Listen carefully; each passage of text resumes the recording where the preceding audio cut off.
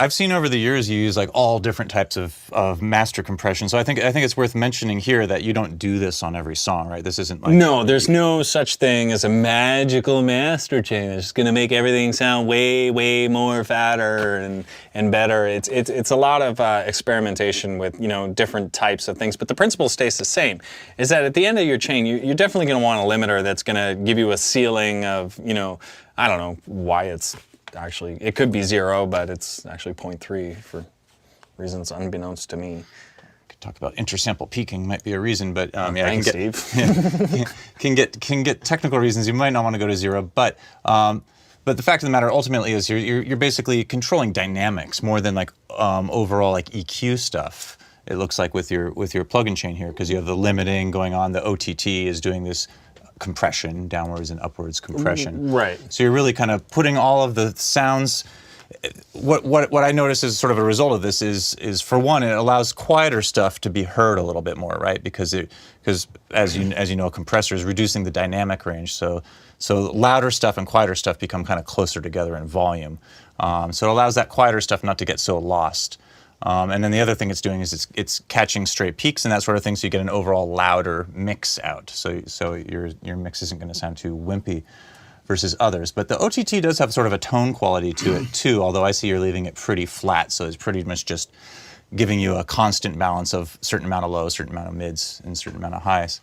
Yeah, one other thing I do before I tend to go to all these limiters and compressors and any dynamics modifier on my master chain is it's actually disabled here for laziness reasons, but I do tend to cut below 20 hertz just because you're not going to hear it. It's not sub, and some synths or some soft synths especially, actually any digital anything. Is more prone to putting out sub frequency that actually does affect dynamics down the chains, even though you don't hear it.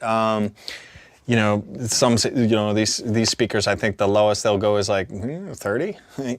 With sub. Yeah, I mean, I could probably hear like they're probably really rolling off down there. They could probably put out 20, but in a weak way.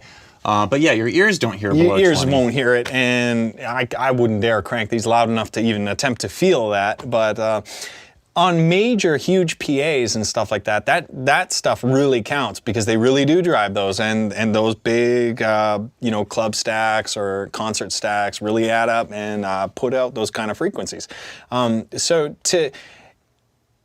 In order to get a little more loudness out of everything, your low, your low mid, your mid, and your high and stuff like that, rolling off, anything or completely cutting off with a plugin. Actually, I recommend called Engineer's Filter. You can just Google that; it's free. Stuff like that you can use to just totally strip out anything below 20 hertz, just due to the fact that you're not going to get any of those weird magical spikes that are sub 20 hertz that are going to affect your dynamics later down the chain. So that's actually the first thing I put on my master chain is just drop everything below 20 hertz. Right. So you won't hear it when you're testing it. So don't be like, oh, it's not doing anything. It is. Right.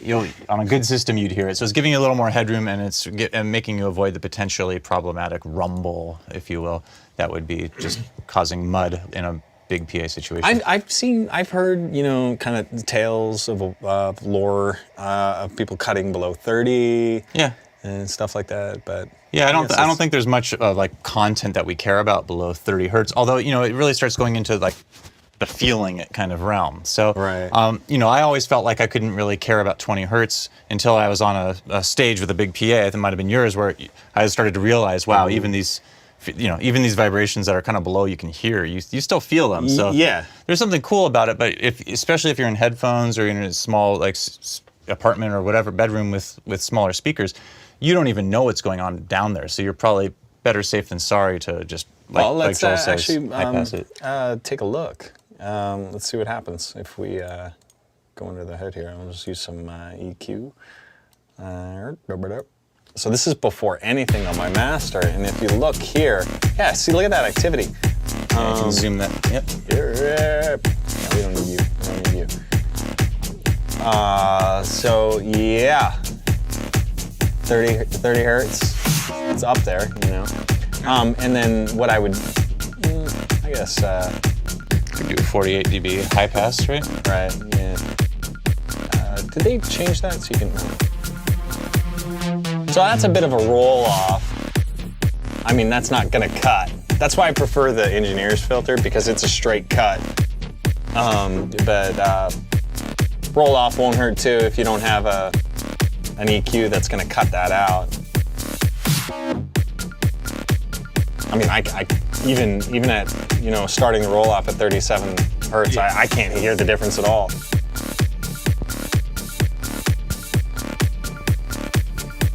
But it's there.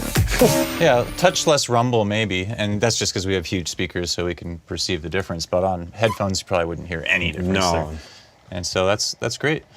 So yeah, so you also do, so besides the master channel here, which you've been talking about, you also do some busing beforehand, right? To get all your stuff to the master, you tend to kind of group things together. Yeah, a lot of stuff I can get away with. So I think I have a kick channel in here somewhere.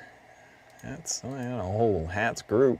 Well, I did at one point. Okay, so like, so you'll have a sort of a bus for your kick or kicks, right? Yeah, right. So if my kick here, I can see it's going to D bus, right? So if we go just take a look at D bus and solo that, and see what's on there. Yeah, it's all my drums. And then I think I'm even, yeah, okay, so D-Bus is routing to my master, so I know that that's gonna be probably, you know, one of the loudest parts of, you know, the song. So I'm not really doing anything crazy magical to it, just using some cheesy old Vengeance kicks here and layering them up, tuning them a bit, you know. Nothing wrong with using D-Walt. But it's the little nuances that I find make the difference too. It's even though you can use some stock samples like, you know, the Vengeance stuff, right? Let's all rage. It's little cool things that you can actually do, you know, to make a difference. It's say what is this automation here? It's the gain and yes. So here I actually shift the transpose and loop that little piece of tail. So you made your own effect symbol, basically. Yeah, I made my own cool little symbol thing.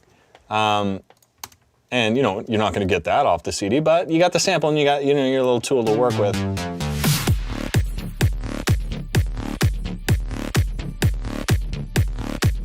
So it's just, you know, little fun tricks like that to keep yourself from falling asleep while you're making EDM, which is, you know, pretty easy to do. You know, things like little like fade-in shakers. And that's our serum again somewhere. Yeah, I know there's some strings that come in as a nice layer at some point. I don't know if we went over those. Yeah, that's more music-y stuff. Like, so here I'm using the Vienna Versen Cube. It's just another component to add to our ARP here. So here's serum, kind of being some main synth here. Serum, you say? Yes, serum. Available on xforrecords.com/products/serum. I got it right this time, yeah. This is such a great synth. It's honestly like one of my go-tos for, you know, the Deadmau5 pluck. Well, the Deadmau5 pluck essentially is a saw wave with a filter on it. Of course, how to get that sound is just by, you know, making various tweaks and adjustments. So here I go, oh, ping pong delay, super high quality, high tech delay that just blows my mind, and a bit of shaping and layering with other synths and stuff like that too. So what I could do also is, you know, just kind of copy this and duplicate it like a cheap jerk and go to external or instrument, right? So the way we have this. Audio effects. Right. The way we have this setup wired up is I've installed a Moog MIDI out guy. So I can actually take MIDI out to Slim Fatty, which is just a MIDI device. You know, it could be your MIDI out. I can say audio input from 1, which is, you know, my, you can see it in the corner there. It's that big mod can. He's already patched up and ready to go. So that's actually analog. Right, so you're routing the same MIDI that you're using for Serum, now you're also layering your external synthesizer that's feeding back into the Apollo. So now the joys of analog. I have to walk all the way over here, use my hands, and turn knobs.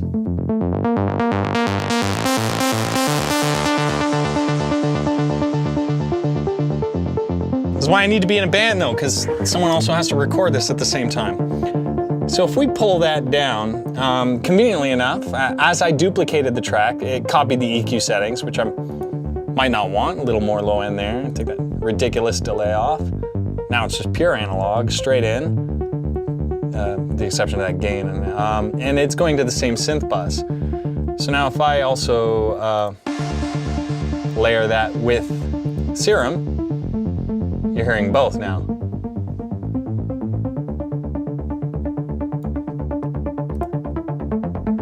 Now, of course, it doesn't have to be a,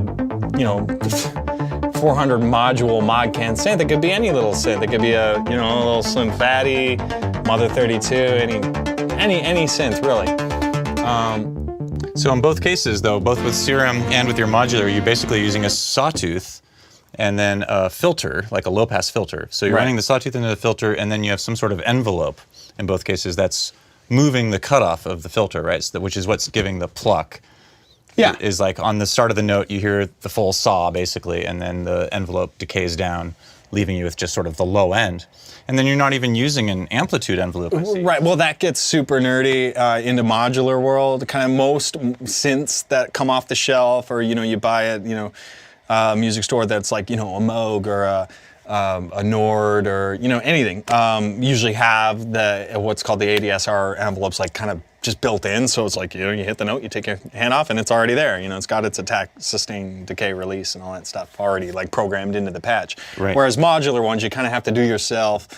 And same with Serum, sort of. That like they're already there, they're ready to go, but they just kind of default in a certain way, and you're changing, your attack, decay, sustain, and release, and all that stuff. But for my type of thing, is I never really adjust amplitude. I use cutoff control voltage to determine, its peaks. And then the same thing here on Serum, you have like the envelope 2, which is controlling the cutoff of the filter there. Yeah, cool. So I think I did. Yes. Right. So there's the decay down. Yeah. Oh.